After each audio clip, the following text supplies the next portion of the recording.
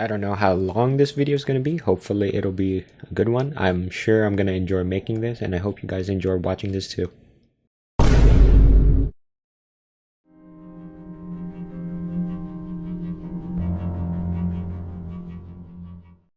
The Bill of Rights is very essential to the rights of American people today. It was ratified in 1791 as the first 10 amendments in the Constitution. The Bill of Rights is seen as a champion for our civil liberties. It makes sure that the rights of individuals are not trampled by our government's power.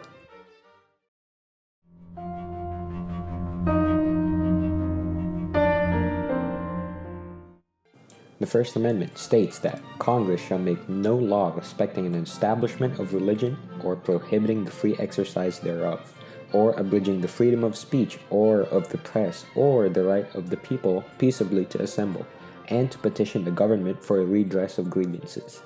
The First Amendment is one of the cornerstones of our country. This ensures that everyone has freedom of speech, religion, press, petition, and assembly. There are limitations to this expression, however. In Schenck v. United States, the Supreme Court ruled that someone's speech is not protected by the First Amendment if it is creating a clear and present danger that Congress has the power to prevent. In this case, Schenck, a socialist, was distributing handouts that encouraged people to disobey the draft peacefully. The advertisement created a clear and present danger to Congress and their power to control the war effort. In the court case Wisconsin v. Yoder, Wisconsin had a law that mandated kids to attend school until they turned 16.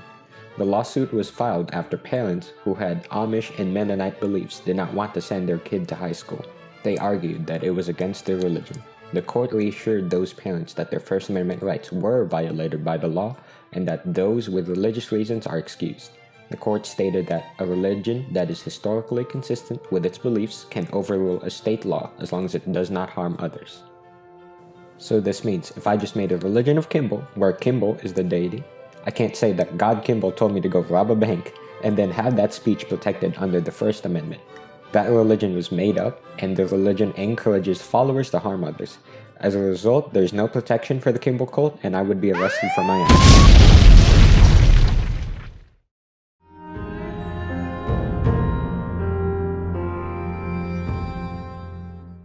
This amendment is a subject of debate in today's political climate. It reads, "A well-regulated militia being necessary to the security of a free state, the right of the people to keep and bear arms shall not be infringed." This amendment gives citizens the right to own weapons. This was reinforced by the case McDonald v. Chicago, where a Chicago law banning handguns was overruled. It was reasoned by the majority opinion that all the Bill of Rights amendments are equally important to each other. The right to bear arms was fundamental to people being able to protect themselves. Thomas Jefferson was quoted as saying, "The strongest reason for the people to attain the right to keep and bear arms is, as a last resort, to protect themselves against tyranny and government." Those for less gun control say that the Founding Fathers envisioned everyone being able to possess guns against tyranny and for self-defense. Where the line is drawn for self-defense is a big topic in this present year, thanks to the acquittal of Kyle Rittenhouse. More and more shootings are feeding the flames on the debate of this amendment. Nevertheless, it is one of our amendments listed in the Bill of Rights that has lots of impacts on laws made today.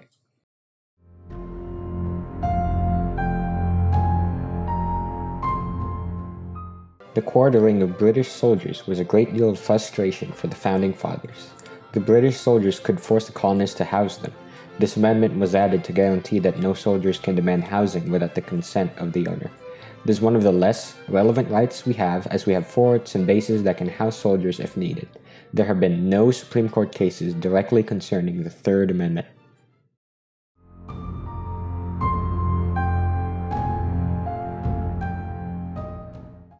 The Fourth, Fifth, and Sixth Amendments go together because they make up the due process rights, which is basically the rights of those accused of crime. The Fourth Amendment states that people are protected from unreasonable searches until there's a probable cause to do so. The Fifth Amendment states that those accused have the right to remain silent and protection from double jeopardy. The Sixth Amendment gives everyone the right to a lawyer and a fair, speedy trial. The 14th Amendment promises everyone their due process. States cannot deny rights to other people that are in the Bill of Rights. The due process rights have many landmark cases. One of them is the Gideon v. Wainwright case. Gideon was accused of committing a felony by breaking and entering into a home. When he arrived at court, he asked for a lawyer to represent him. The state of Florida denied him representation. Florida only gave lawyers to poor defendants in capital offense cases. Gideon had to speak for himself and ultimately was found to be guilty. He was sentenced to 5 years in jail. He read up on the Constitution while in jail and realized that his Sixth Amendment rights were violated. He wrote a petition directly to the Supreme Court asking them to extend the right to a lawyer to defendants in state courts. The court ruled that the Sixth Amendment does extend to state courts. This forced all states to give a lawyer to everyone who needs it, regardless of the type of case. Gideon got a retrial and was acquitted shortly after. For the Fifth Amendment, we have Miranda v. Arizona. Miranda was being interrogated for a crime. He gave a written confession to the police after 2 hours of the interrogation. The confession was evidence used in court against Miranda. He was never told of his right to remain silent and the right to an attorney. He was convicted and sentenced to 20 to 30 years for each charge he was found guilty on.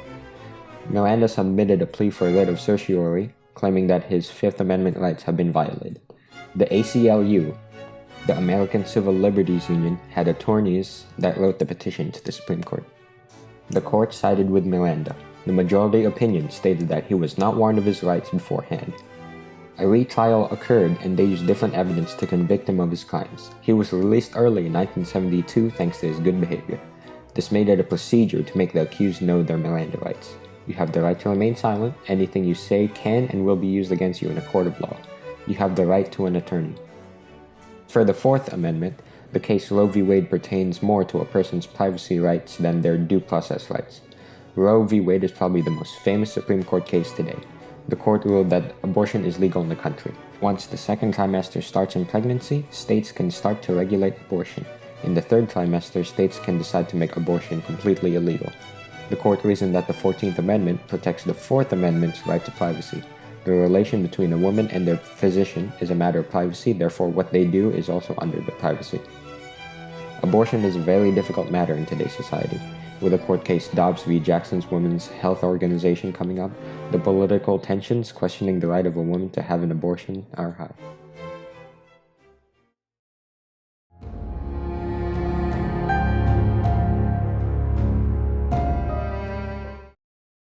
Before we get to the other amendments, we must first mention the incorporation doctrine.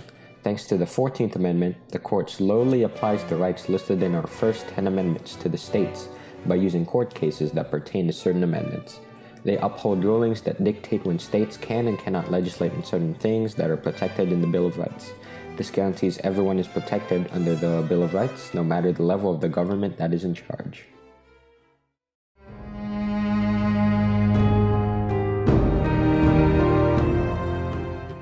These are the rest of our amendments. The 7th and 8th Amendments further drive in due process rights and guarantee no unusual punishment, the right to bail, and to a jury.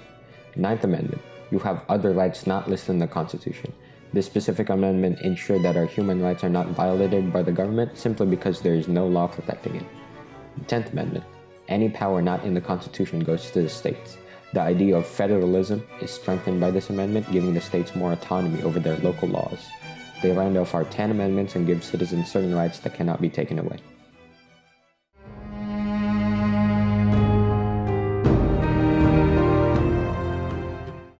The Bill of Rights completely revolutionized the rights of citizens. These rights can be used to argue for people's individual freedom and public safety. In recent times, the COVID-19 pandemic has put our individual rights on the line. Is a vaccine mandate legal? Is a mask mandate legal? We must decide when someone's rights start encroaching on someone else's. It is also an issue of public health. How much will a mask mandate prevent the spread? All these questions are politically loaded. One thing is clear. The Bill of Rights gives power to the people being able to argue against tyranny and oppression. The future of our country is bright. To protect all our citizens, the first 10 amendments listed in this Constitution are necessary to keep this country running.